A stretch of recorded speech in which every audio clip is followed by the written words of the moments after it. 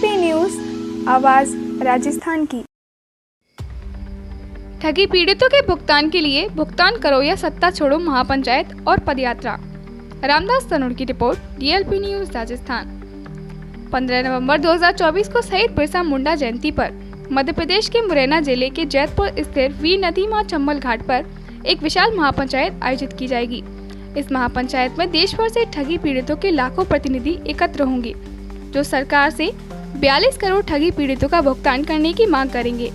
यह मांग विशेष रूप से अनियमित जमा योजना पाबंदी अधिनियम 2019 के तहत 2 से 3 गुना भुगतान दिलाने के लिए की जाएगी।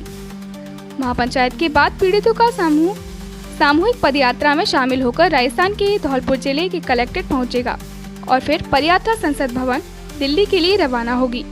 यात्रा विभिन्न जिलों से गुजरते हुए दिल्ली पहुंचेगी, जहां संसद भवन के पास नदियों के पवित्र जल से संसद की सफाई और हवन यज्ञ द्वारा शुद्धिकरण किया जाएगा। इसके बाद प्रधानमंत्री से भुगतान करो या सत्ता छोड़ो की मांग की जाएगी। पदयात्रा के मार्ग में पड़ने वाले सभी जिलों के कलेक्टर, पुलिस प्रमुख और प्रशासनिक अधिकारियों को अनियमित जमा योजना पाबंदी अधिनियम 2019 के क्रियान्वयन के लिए ज्ञापन सौंपे जाएंगे। सुरक्षा व्यवस्था के लिए संबंधित सुरक्षा एजेंसियों से यात्रा मार्ग के अनुसार उचित सुरक्षा इंतजाम करने का अनुरोध किया गया है। निवेदक मदन लाल आजाद, राष्ट्रीय संयोजक एवं संस्थापक, ठगी पीड़ित जमाकर्ता परिवार। राजस्थान से जुड़ी हर प्रकार की खबर पाने के लिए चैनल को सब्सक्राइब जरूर करें। आपसे पूछना चाहता हूं कि आप इनकी गरीबों की हक की लड़ाई कहूँगा, ठगी पीड़ित ये गरीब हैं, एक दूसरे के रिश्तेदार वगैरह वगैरह इन्होंने सबने पैसा एकत्रित करके कंपनियों को दिया, कंपनी लेके चली गई। गवर्नमेंट भी नहीं सुन रही है, मगर इस लड़ाई के लिए आप तत्पर तैयार हैं और आपके वजह से ही यहाँ इसे चंबल धरा मुरैना और धौलपुर के बीच में आपने इस महापड़ाव पंचायत का कार्यक्रम आयोजित किया है। इसके लिए आप बधाई के पात्र भी हैं और इसके बारे में आप बताएं। देखिए साहब, मूल सवाल आपने दो किए कि हमारी मतलब कितनी प्रगति हुई है और शेष काम कितना बाकी है। तो देखिए, किसी भी समस्या के समाधान के लिए लोकतंत्र में एक कानून की ज़रूरत पड़ती है। हमारी ये जो ठगी पीड़ितों की भुगतान की समस्या है और उनके सुरक्षा सम्मान की जो लड़ाई है, उसके लिए हमारी पार्लियामेंट ने कानून बना दिया है, बर्ड्स एक्ट 2019। उसको कागज़ों में लागू भी किया है, भुगतान की गारंटी का अधिकार है वो।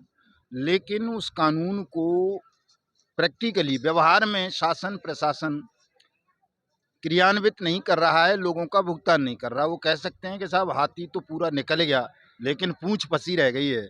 तो केवल पूंछ फंसने जितना काम रह गया है और उसको पूरा करवाने के लिए हम आज यहाँ चंबल तट से दिल्ली के संसद भवन तक पदयात्रा आरंभ कर रहे हैं। 25 नवंबर को हमारी पदयात्रा समाप्त होगी, संसद भवन पर जाके समाप्त नहीं होगी, कहेंगे वो एक पड़ाव होगा। और हम माँ चंबल के साथ साथ देश की जितनी भी पवित्र नदियाँ हैं उनका जल लेकर के हम और हमारे साथी 25 नवंबर को संसद भवन दिल्ली पहुंच रहे हैं और संसद की धुलाई करेंगे। धुलाई से आशय है कि संसद में आज की व्यवस्था में अगर कोई ईमानदार आदमी भी पहुंच जाए, संत फकीर भी पहुंच जाए, तो वो भी ठगी करने लगता है या ठगों की गुलामी करने लगता है, जैसा कि वर्तमान शासक हमारे कर रहे हैं। तो उसकी धुलाई करनी है ताकि वहाँ कोई भी बैठे, डाकू भी बैठ जाए कोई चंबल से निकला हुआ, तो वो भी सत्य और न्याय का निर्वहन करे, सत्यनिष्ठा के साथ देश के लोगों की, कानून की सेवा करे। ऐसा उन कुर्सियों की बढ़िया से धुलाई हमको करनी है साहब। इसके कई अर्थ लोग निकाल रहे हैं, तो जैसे जो अर्थ निकालना है निकाल ले, लेकिन हमारा आस है उन कुर्सियों को इतनी पवित्र बना देना है कि उन पर जो भी बैठे, वो डाकू हो, चोर हो, ठग हो, ईमानदार हो, वो बैठ के वहाँ केवल न्याय करे, सत्य की रक्षा करे। हमारा ये आशय है और जब ऐसा हो जाएगा तो भुगतान भी हो जाना है, सारा हो जाना है। और दूसरी बात आपने क्या पूछा था, दूसरा प्रश्न? अगला कदम यहाँ से हम धौलपुर पहुँच रहे हैं, धौलपुर के कलेक्टर साहब को ज्ञापन देंगे और रात को धीरे धीरे आगे बढ़ेंगे, फिर आगरा पहुँचेंगे, आगरा कलेक्टर को ज्ञापन देंगे, मथुरा पहुँचेंगे, मथुरा कलेक्टर को ज्ञापन देंगे, पलवल पहुँचेंगे, वहाँ भी ज्ञापन देंगे, फरीदाबाद पहुँचेंगे, वहाँ भी ज्ञापन देंगे और 25 को हमने दिल्ली पहुँच जाना है संसद में। और धीरे धीरे संख्या बढ़ेगी हमारे साथियों की। बाकी भाई साहब, आप कहाँ से आए हो, क्यों आए हो, क्या कारण है, क्यों यहाँ जितने लोग एकत्रित हुए हैं, इसके बारे में आप कुछ बताओगे? मैं सर गाजियाबाद से आया हूँ और यहाँ पर हमारी तपजब संगठन की तरफ से एक महापंचायत का ऐलान किया गया था, जिसको आज हम पूर्ण रूप दे रहे हैं।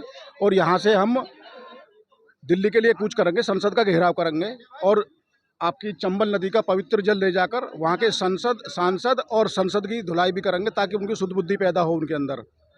क्योंकि देश के अंदर 42 करोड़ ठगी पीड़ित हैं, जो आज अपनी बहन बेटियों की शादी के लिए भी तरस रहे हैं, और जो सपने उन्होंने अपने बच्चों के लिए देखे के लिए धन जमा किया था, वो धन उनको वो वापस नहीं मिल पा रहा है। इसी वजह से आज यहाँ पर महापंचायत का ऐलान किया गया है। और गाजियाबाद के अंदर कल्पतरू कंपनी की एक ब्रांच थी अम्बेडकर रोड पर, वो 2007 में ओपनिंग हुई थी उसकी, और गाजियाबाद से कल्पतरू कंपनी 2500 करोड़ रुपए का स्कैम कर गायब है आज की डेट में। जो उसके मालिक थे जयकृष्ण सिंह राणा, उनको कोरोना काल में उन्होंने अपने आप को मृत घोषित कर दिया है, लेकिन वहाँ की क्राइम ब्रांच ने, वहाँ के एसएसपी ने उसको मृत मानने से इनकार कर दिया है, और उसका मृत का कोई अभी तक कोई आइडेंटिफिकेशन भी नहीं मिल पाया कि हाँ वो मर चुका है, वो गायब है। कुल मिला के ये है, उसके पास इतनी धन संपत्ति है, प्रॉपर्टी है, कि आज अगर प्रशासन चाहे उस संपत्ति को नीलाम कर पब्लिक का पैसा 1 महीने के अंदर वापस कर सकती है।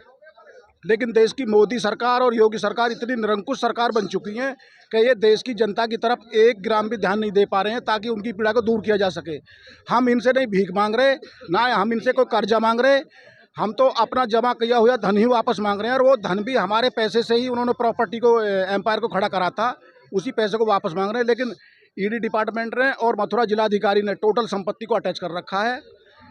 अटैच करने के बाद भी और करीबन 5-6 साल से लगातार कंटिन्यू कोई प्रशासन का कोई अधिकारी ऐसा नहीं बचा है जिसको ज्ञापन नहीं दिया हो, जिससे प्रशासन से भुगतान की मांग ना करी हो। लेकर एक चौकी इंचार्ज से लेकर राष्ट्रपति भवन तक हम बार बार अपना ज्ञापन, अपनी मांग, धरना प्रदर्शन भी कर चुके हैं, भूख हड़ताल भी कर चुके हैं, रोड जाम भी कर चुके हैं, जेल भरो आंदोलन भी कर चुके हैं, विधायकों का घेराव करा, सांसदों का घेराव करा, लेकिन सरकार के कान पर जूं नहीं रेंग रही है। ऐसी भ्रष्ट सरकार हमें नहीं चाहिए, जो इस तरीके का देश में इन्होंने माहौल बना रखा है।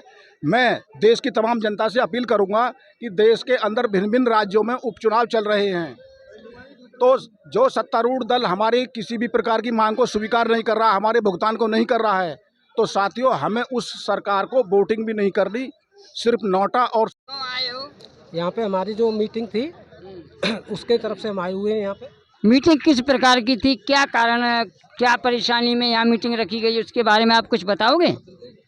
जो परिवार कंपनी थी, हम उनसे पैसा जमा किया था हमने, वो पैसा हमें मिला नहीं, तो उसके प्रदर्शन में जो आगे कार्यकारिणी चल रही है, हम दिल्ली के लिए यूज़ कर रहे हैं, उसके लिए हम आए हुए हैं। और ये सरकार, मतलब हमने एक एक पैसा, विकलांग हूँ मैं, आप देख सकते हो, मैंने एक एक पैसा जमा करके इनके कंपनियों में प्रवेश किया, और ये कह रहे थे कि दूना देंगे, और दूना तो बड़ा हमें, अब हम करें तो क्या करें, विकलांग आदमी है, पेंशन मिलती है, उससे गुजारा भी नहीं होता है। अब क्यों आई हैं, क्या काम था, इतने लोग बाग क्यों आए हैं, उसके बारे में आप बताएं। हम आए हैं सर लुहारी के पास से। अच्छा।